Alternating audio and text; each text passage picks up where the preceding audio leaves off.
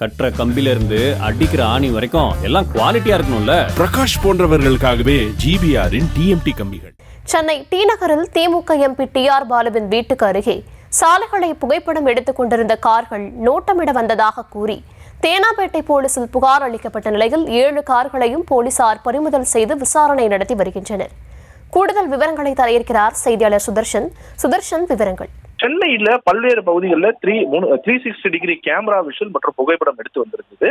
இந்த நிலையில தான் இன்று மதியம் 3 மணி அளவுல தீநகர் ராமன் சாலையில் உள்ள எம்பி டிஆர் பாலு வீடு அருகே சாலைகளை புகைப்படம் எடுத்துக் கொண்டிருந்த இந்த வாகனத்தை தேனாம்பேட்டை போலீசுக்கு தகவல் கொடுக்கப்பட்டிருந்தது.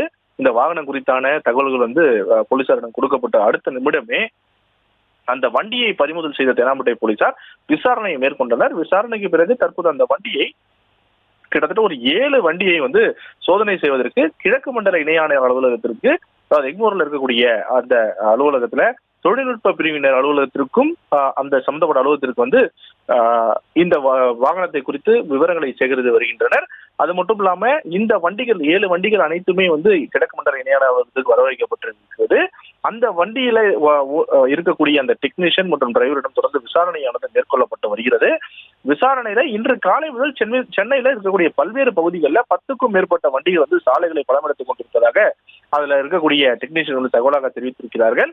தொடர்ந்து அனைத்து வாகனங்களையுமே சோதனை செய்த பிறகுதான் விடுவிப்போம் அப்படின்னு சொல்லிட்டு அதிகாரிகள் தரப்புல சொல்லப்பட்டிருந்தது.